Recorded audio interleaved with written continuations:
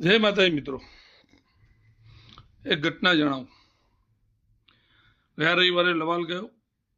બાપુની સામે 4 વ્યક્તિ બેઠેલા, 3 વ્યક્તિ સોરી, એક દીકરી, એક એના પપ્પા અને એક એની મમ્મી। હું ગયો એ પહેલા બેઠેલા હતા અને કંઈક વાત ચાલુ હતી। એટલે મને બેસ્યા પછી ખબર પડી કે એજ્યુકેશનનો કંઈક પ્રોબ્લેમ છે। 1,85,000 રૂપિયા એક સત્રની ફી છે અને એના મા બાપે એના દાગીના વેચી અને પહેલા સત્રની ફી ભરી દીધી છે, પણ હવે આગળ ભણાવવા માટે સગવડ નહીં થાય એવી એમનાથી। એટલે બાપુએ કાગળિયા હાથમાં લીધા, બધું ચેક કર્યું, મારા સામું જોયું, પાછા કાગળિયામાં ચેક કરવા માંડ્યા અને બાપુએ કીધું કે આ 4-5 વર્ષ સુધીનો કોર્સ છે, એટલે દર વર્ષે આટલી ફી ભરવાની થાય, પણ દીકરીનું ભવિષ્ય ના બગડે એના માટે હું કંઈક કરું એમ કીધા પછી બીજી વખત બાપુએ મારા સામું જોયું, કંઈ બોલ્યા નહીં, પણ બીજી વાર જ્યારે મારે સામું જોયું ત્યારે હું સમજી ગયો કે બાપુ મને આ જવાબદારી સોંપવા માંગતા લાગે છે।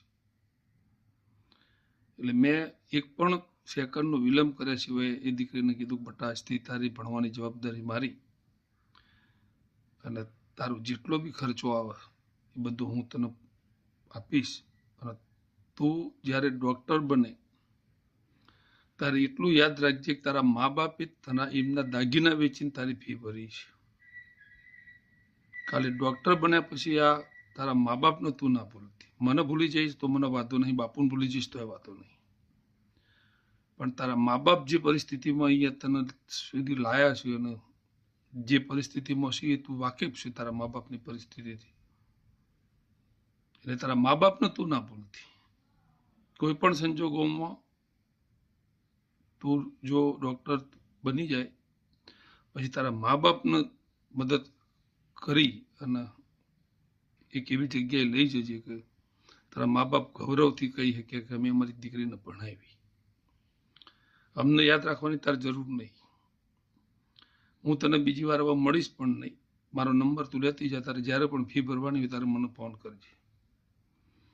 એટલે આ વાત મેં જ્યારે કરીને ત્યારે બાપુના મોઢા ઉપર એક હળવું સ્મિત આવી ગયું। કદાચ વિચારતા હશે કે હું કહેવા માંગતો હતો પણ કહી ના શક્યો, પણ બાપુની મહિપતજી બાપુની કોઈ પણ વાત હોય એ ક્યારેક ક્યારેક વગર કહે મને સમજણમાં આવી જતી હોય છે।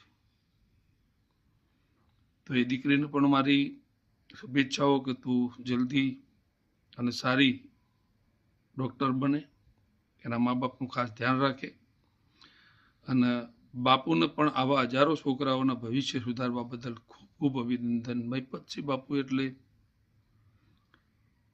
જીન્સ ટી શર્ટમાં રહેલો સંત માણસ। ક્યારેક બાપુની મુલાકાત લેજો, મળવા જેવો માણસ, મારી ભાષામાં કહું તો મુઠ્ઠી ઊંચેરો માનવી એટલે મહિપતસિંહ ચૌહાણ। લવ યુ બાપુ, જય માતાજી।